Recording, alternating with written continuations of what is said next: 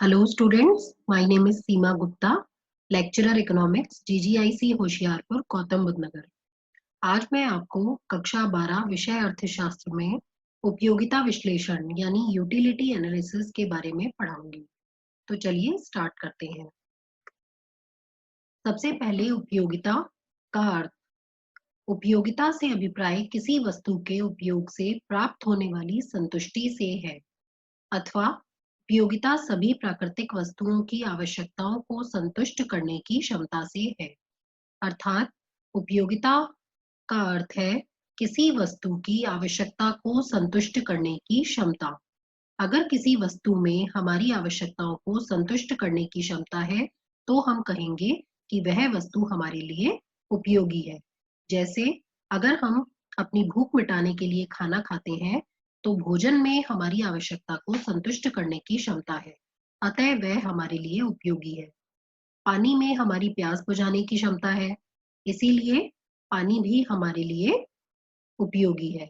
अतः इस तरह जो वस्तुएं हमारी आवश्यकताओं को संतुष्ट करने की क्षमता रखती हैं, वो हमारे लिए उपयोगी होती हैं। उपयोगिता की विशेषताएं। अब उपयोगिता की क्या विशेषताएं हैं, चलिए एक एक करके इन्हें समझते हैं। उपयोगिता भागवत है, अर्थात यूटिलिटी इज सब्जेक्टिव। उपयोगिता एक साइकोलॉजिकल कॉन्सेप्ट है, मतलब इसका संबंध मनुष्य की मानसिक संतुष्टि से है। अलग अलग व्यक्तियों के लिए किसी भी वस्तु की अलग अलग उपयोगिता होती है। जैसे कोई नशा करने वाला व्यक्ति, उसके लिए नशे की वस्तुओं की उपयोगिता होती है, लेकिन बाकी व्यक्तियों के लिए नशे की वस्तुओं की उपयोगिता बिल्कुल नहीं होती। इसीलिए इसे कहा जाता है कि उपयोगिता एक साइकोलॉजिकल कॉन्सेप्ट है, मनोवैज्ञानिक धारणा है। यह इसका अर्थ केवल मानसिक संतुष्टि से ही लगाया जाता है। दूसरी विशेषता है उपयोगिता सापेक्षिक है। Utility is relative. इसका अर्थ है कि एक वस्तु की उपयोगिता एक समान नहीं रहती, वह समय और स्थान के साथ बदल जाती है। जैसे गर्म कपड़ों की उपयोगिता हमारे लिए सर्दियों में होती है, लेकिन गर्मियों में नहीं होती। इसीलिए कहा जाता है कि उपयोगिता सापेक्षिक है। तीसरा पॉइंट है उपयोगिता का लाभकारी होना आवश्यक नहीं है। Utility is not essentially useful. इसका मतलब है कि कोई भी अगर वस्तु हमारे लिए लाभकारी नहीं है, लेकिन वह हमारी आवश्यकता की पूर्ति कर रही है, तो वह उस वस्तु के व्यक्ति के लिए उपयोगी है। जैसे सिगरेट पीने वाले या स्मोकिंग करने वाले व्यक्ति के लिए सिगरेट बहुत उपयोगी है, लेकिन दूसरे व्यक्तियों के लिए उसकी कोई उपयोगिता नहीं है। अतः उपयोगिता का लाभकारी होना आवश्यक नहीं है। हानिकारक वस्तुओं की उपयोगिता भी कुछ व्यक्ति विशेष के लिए हो सकती है। नेक्स्ट है उपयोगिता का नैतिकता से कोई लेना देना नहीं है। Utility is independent of morality. इसका अर्थ है, जैसे इसे हम एक उदाहरण की सहायता से समझते हैं। नशे की वस्तुएं हमारे लिए अच्छी नहीं होती, वह हमारी सेहत के लिए हानिकारक होती। हमें यह पता है, लेकिन तब भी नशा करने वाले व्यक्तियों के लिए उन वस्तुओं की उपयोगिता बहुत अधिक होती है। अतः हम कह सकते हैं कि उपयोगिता का नैतिकता से कोई लेना देना नहीं है। उपयोगिता तथा संतुष्टि में अंतर है। Utility is different from satisfaction. Utility एक मानसिक संतुष्टि है कि किसी वस्तु का उपयोग करने से हमें कितनी संतुष्टि मिलेगी, और आवश्यकता को पूरा होने के पश्चात ही हमें संतुष्टि मिलती है। इसीलिए उपयोगिता एक कारण है और संतुष्टि उसका प्रभाव। यानी कोई वस्तु अगर हमारी आवश्यकता को संतुष्ट करने की क्षमता रखती है तो वह हमारे लिए उपयोगी है, लेकिन जब हम उस वस्तु का उपभोग कर लेते हैं तो वह आवश्यकता हमारी संतुष्टि में बदल जाती है। यानी उस वस्तु को कंज्यूम करने से ही हमें सेटिस्फैक्शन मिलता है। उपयोगिता मापन का मार्शल का दृष्टिकोण। अब देखिए, वैसे तो कहा जाता है कि उपयोगिता एक साइकोलॉजिकल कॉन्सेप्ट है, मतलब इसको मापा नहीं जा सकता, केवल इसको महसूस किया जा सकता है। संतुष्टि को केवल हम महसूस ही कर सकते हैं, उसको माप नहीं सकते। लेकिन एक बहुत बड़े अर्थशास्त्री एल्फ्रेड मार्शल, उन्होंने कहा कि उपयोगिता का मापन किया जा सकता है। उपयोगिता का मापन मुद्रा के रूप में किया जा सकता है। यानी अगर कोई व्यक्ति किसी वस्तु के लिए जो कीमत देने को तैयार होता है, उस वस्तु की उपयोगिता उस व्यक्ति के लिए उतनी ही होगी। आइए इसे एक उदाहरण की सहायता से समझते हैं। उदाहरण के तौर पर यदि कोई व्यक्ति बॉल पेन खरीदने के लिए मार्केट में जाता है और वह उस बॉल पेन को खरीदने के लिए 4 रुपए देने को तैयार है, तो उस पेन की उपयोगिता उसके लिए 4 रुपए के बराबर होगी। यानी उपयोगिता को उन्होंने कहा कि हम मुद्रा के रूप में उसका मापन कर सकते हैं। उपयोगिता को मापने की एक यूनिट है, जैसे कि सभी चीजों को नापने की एक यूनिट होती है। उपयोगिता मापने की इकाई को यूटिल्स कहा जाता है। उन्होंने कहा कि हम अपनी संतुष्टि को यूटिल्स के रूप में माप सकते हैं। यहाँ पर 4 रुपए से मिलने वाली उपयोगिता 4 यूटिल्स के बराबर होगी। उपयोगिता कितने प्रकार की होती है? उपयोगिता मुख्यतः 2 प्रकार की होती है, कुल उपयोगिता तथा सीमांत उपयोगिता। कुल उपयोगिता यह एक वस्तु की सभी इकाइयों का उपभोग करने से प्राप्त होने वाली उपयोगिता का कुल जोड़ है। चलिए इसे एक उदाहरण की सहायता से समझते हैं। इस चित्र में जैसे कि आप देख सकते हैं कि आइसक्रीम की 4 इकाइयां आपको दी हुई है। पहली इकाई का उपयोग करने से 40 यूटिल्स के बराबर उपयोगिता मिल रही है। दूसरी इकाई का उपभोग करने से 30 यूटिल्स के बराबर उपयोगिता मिल रही है। इसी तरह तीसरी इकाई का उपयोग करने से 20 और चौथी इकाई का उपभोग करने से 10 यूटिल्स के बराबर उपयोगिता मिल रही है। अतः इन चारों इकाइयों का कंजम्पशन करने से हमें टोटल 100 के बराबर यूटिलिटी या उपयोगिता प्राप्त हो रही है। इसे ही हम कुल उपयोगिता कहते हैं।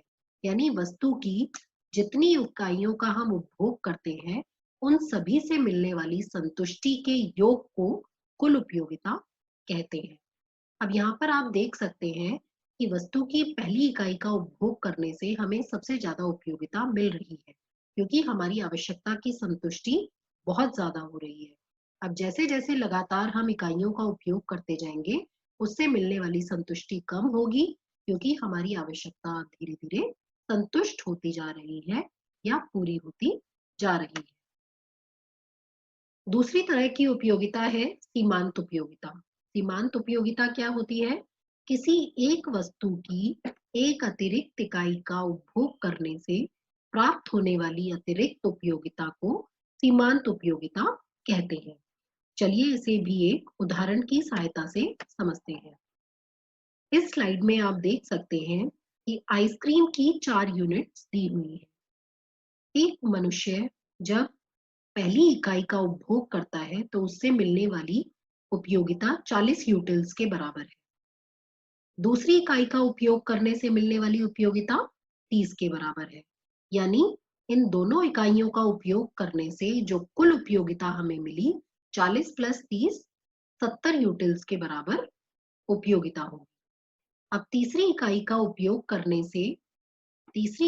उपयोग करने से हमें मिलने वाली जो उपयोगिता है वो 20 के बराबर होगी, और जो तीनों इकाइयों का उपयोग करने से कुल उपयोगिता होगी वो 70 प्लस 20 यानी 90 के बराबर होगी। चौथी इकाई का उपयोग करने से हमें 10 यूटिल्स के बराबर उपयोगिता प्राप्त हो रही है, और कुल उपयोगिता चारों इकाइयों का उपयोग करने से 100 यूटिल्स के बराबर प्राप्त होगी।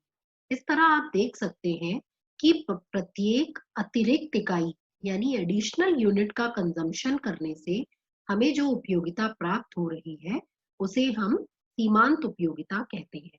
यानी पहली इकाई का उपभोग करने से 40 यूटिल्स मिली, दूसरी इकाई का उपयोग करने से 30 यूटिल्स मिली, यानी जो एडिशनल सेटिस्फैक्शन या एडिशनल संतुष्टि हमें कितनी मिली, 30 यूटिल्स। तो इसकी सीमांत उपयोगिता 30 होगी।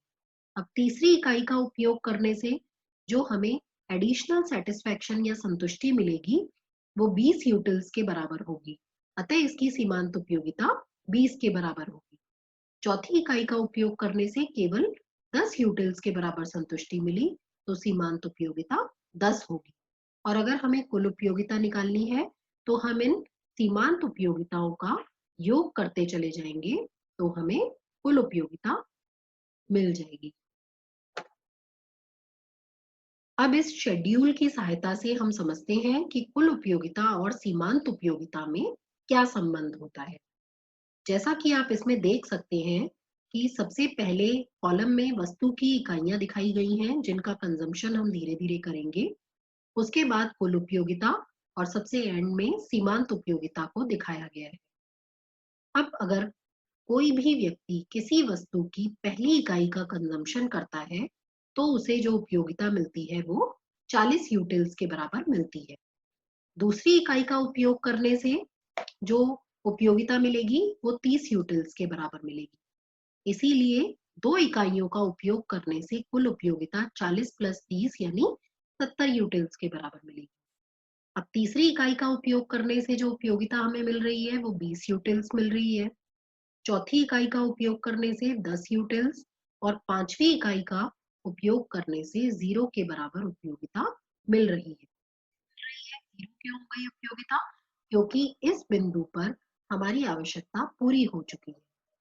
अगर हम रोटी खाते हैं तो पहली रोटी खाने से हमें सबसे ज्यादा संतुष्टि मिलेगी, दूसरी रोटी खाने से थोड़ा कम, तीसरी रोटी खाने से और कम, चौथी रोटी खाने से थोड़ा और कम और पांचवी रोटी खाने से हमें 0 के बराबर उपयोगिता मिलेगी, क्योंकि यहाँ पर हमारी भूख शांत हो चुकी है। इसके बाद भी अगर जबरदस्ती कोई हमें रोटी मुंह में खिला देता है तो उससे मिलने वाली संतुष्टि नेगेटिव होगी, यानी -10 और उसके बाद -20। तो इस तरह आप देख सकते हैं कि जैसे जैसे हम किसी इकाई वस्तु की एडिशनल इकाइयों का उपभोग या कंजम्पशन करते जाते हैं, उससे मिलने वाली जो सीमांत उपयोगिता है वो पहले कम होती जाती है, एक बिंदु पर आकर वह 0 हो जाती है और उसके बाद ऋणात्मक हो जाती है। अब हम कुल उपयोगिता को देखते हैं। पहली इकाई को खाने से हमारे जो उपयोगिता होगी या संतुष्टि होगी वो 40 यूटिल्स होगी। दो इकाइयां खाने से 40 प्लस 30 यानी 70 यूटिल्स, तीन इकाइयां खाने से 70 प्लस 20 यानी 90 यूटिल्स, चार इकाइयां खाने से कुल उपयोगिता 100 यूटिल्स के बराबर होगी और पांचवी इकाई को खाने से, क्योंकि हमें कोई उपयोगिता नहीं मिल रही है, तो हमारी पांचवी इकाई को खाने से कुल उपयोगिता 100 ही रहेगी, यानी कांस्टेंट रहेगी, क्योंकि यहाँ पर हमारी आवश्यकता पूरी हो चुकी है। उसके बाद छठी इकाई को खाने से हमें -10 यूटिलिटी मिल रही है, तो इसमें से -10 माइनस कर देंगे तो हमें जो कुल उपयोगिता मिलेगी वो 90 यूटिल्स के बराबर मिलेगी। उसके बराबर उसके बाद सेवंथ इकाई का कंजम्पशन करने से -20 उपयोगिता मिल रही है, तो कुल उपयोगिता हमारी 90 माइनस 20 यानी 70 यूटिल्स के बराबर हमें उपयोगिता मिलेगी। चलिए अब कुल उपयोगिता और सीमांत उपयोगिता में संबंध एक ग्राफ की सहायता से समझते हैं। यहाँ पर जैसे कि आप देख सकते हैं कि एक्स एक्सिस पर यूनिट्स यानी जितनी इकाइयां हम कंज्यूम कर रहे हैं, खा रहे हैं किसी वस्तु की, उसको दर्शाया गया है और वाई एक्सिस पर यूटिलिटी यानी उपयोगिता को दर्शाया गया है। अब सबसे पहले हम मार्जिनल यूटिलिटी यानी सीमांत उपयोगिता देखते हैं। इस चित्र में जैसे कि आप देख सकते हैं कि मार्जिनल यूटिलिटी यानी सीमांत उपयोगिता का कर्व ऊपर से नीचे की तरफ आ रहा है, इस बिंदु पर आकर 0 हो जाता है और उसके बाद माइनस में चला जाता है। जैसे कि आप देख सकते हैं कि जैसे जैसे हम किसी वस्तु की इकाइयों का कंजम्पशन करते जाते हैं, उससे प्राप्त होने वाली सीमांत उपयोगिता पहले धीरे धीरे कम होने लगती है, उसके बाद यह 0 हो जाती है। इस पॉइंट पर, ये पॉइंट हमारा पॉइंट ऑफ सेटिस्फैक्शन है जहां पर हमारी आवश्यकता पूरी हो चुकी है और उसके बाद हमें उससे मिलने वाली संतुष्टि नेगेटिव होती है, तभी यह ऋणात्मक आपको दिखाया गया है। अब कुल उपयोगिता का ग्राफ देखते हैं। कुल उपयोगिता का जो वक्र है वो पहले धीरे धीरे बढ़ता है, क्योंकि जैसा कि आप इस शेड्यूल में देख सकते हैं कि हमारी कुल उपयोगिता अतिरिक्त इकाइयों का कंजम्पशन करने से पहले बढ़ती जाती है, उसके बाद यहाँ पर कांस्टेंट हो जाती है और फिर घटना शुरू हो जाती है। यही आपको इस ग्राफ के द्वारा दर्शाया गया है कि जैसे जैसे हम इकाइयों का कंजम्पशन बढ़ाते जाएंगे, हमारी वस्तु से मिलने वाली कुल उपयोगिता पहले बढ़ेगी, फिर एक पॉइंट पर जाकर वो अधिकतम हो जाएगी यानी कांस्टेंट हो जाएगी, और वो बिंदु वहां पर होगा जहां पर हमारी मार्जिनल यूटिलिटी 0 है। जैसा कि आप इस शेड्यूल में देख सकते हैं कि जहां पर सीमांत उपयोगिता 0 है, वहां पर कुल उपयोगिता मैक्सिमम है और ये कांस्टेंट भी है। उसके बाद जब मार्जिनल यूटिलिटी यानी सीमांत उपयोगिता हमारी माइनस में चली जाती है, तब हमारी कुल उपयोगिता धीरे धीरे धनात्मक रहती है, लेकिन घटना शुरू कर देती है। जैसे कि आप इस शेड्यूल में देख सकते हैं कि कुल उपयोगिता मैक्सिमम होने के बाद घटना शुरू कर देती है, लेकिन सीमांत उपयोगिता इस पोजीशन पर हमारी ऋणात्मक होती है। जैसा कि आप इस चित्र में देख सकते हैं कि जब कुल उपयोगिता घट रही है, तब हमारी मार्जिनल यूटिलिटी ऋणात्मक हो रही है। अब आप इन दोनों के कर्व को अलग अलग डायग्राम की सहायता से समझ सकते हैं। ये आपका उपयोगिता का कर्व है।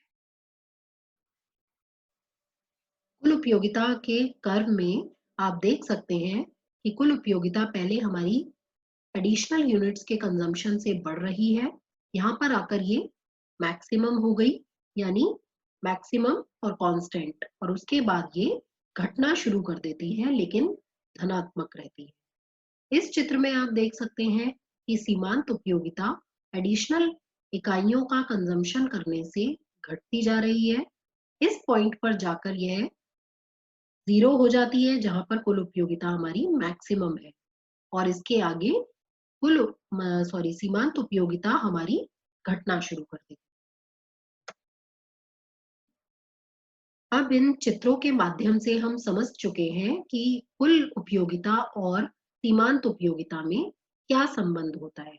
अब देखिए, इसे कुछ पॉइंट्स की सहायता से समझते हैं। जैसे जैसे किसी वस्तु की अधिक इकाइयों का उपभोग किया जाता है, तो उससे प्राप्त होने वाली सीमांत उपयोगिता घटती जाती है। उसके बाद यह शून्य और ऋणात्मक भी होती जाती है। जैसा कि आप चित्र में देख सकते हैं कि जैसे जैसे इकाइयों का कंजम्पशन किया जाता है, मार्जिनल यूटिलिटी पहले घटती जाती है, फिर 0 हो जाती है, फिर नेगेटिव हो जाती है। जब सीमांत उपयोगिता धनात्मक होती है, तो कुल उपयोगिता बढ़ती जाती है। अब आप देख सकते हैं कि सीमांत उपयोगिता घट रही है लेकिन धनात्मक है, तब हमारी कुल उपयोगिता ऊपर की तरफ बढ़ रही है। कुल उपयोगिता जब अधिकतम होती है तो सीमांत उपयोगिता शून्य होती है।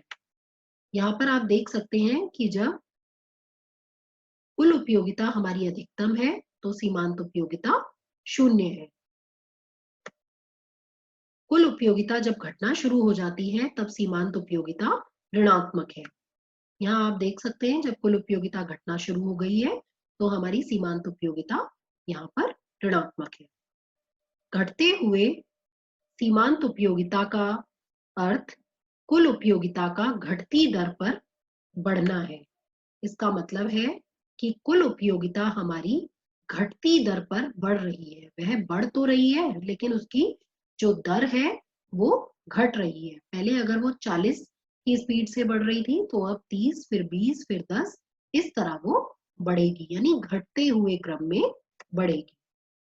अब आपको टोटल यूटिलिटी और मार्जिनल यूटिलिटी यानी सीमांत और कुल उपयोगिता के बीच का संबंध समझ में आ गया होगा। अब नेक्स्ट हम देखते हैं घटती हुई सीमांत उपयोगिता का नियम, जिसे हम इंग्लिश में law of diminishing marginal utility भी कहते हैं। इस नियम का सर्वप्रथम उल्लेख जर्मन अर्थशास्त्री एच.एस. गोसेन ने किया था। इसीलिए इस नियम को हम गोसेन का प्रथम नियम कहते हैं, लेकिन इस नियम को एल्फ्रेड मार्शल ने आगे बढ़ाया। अब हम देखते हैं कि सीमांत उपयोगिता, घटती हुई सीमांत उपयोगिता या मूल्यह्रास सीमांत उपयोगिता का नियम क्या कहता है। मूल्यह्रास सीमांत उपयोगिता के नियम के अनुसार जब किसी वस्तु की अधिक से अधिक इकाइयों का उपयोग किया जाता है, तब प्रत्येक इकाई से प्राप्त होने वाली सीमांत उपयोगिता घटती जाती है। यह सभी वस्तुओं और सेवाओं के संबंध में होता है। अतः इसे संतुष्टि का आधारभूत नियम या आधारभूत मनोवैज्ञानिक नियम भी कहा जाता है। इस नियम का अर्थ है कि जैसे जैसे हम किसी वस्तु की इकाइयों का उपभोग करते जाते हैं, उससे प्राप्त होने वाली सीमांत उपयोगिता घटती जाती है।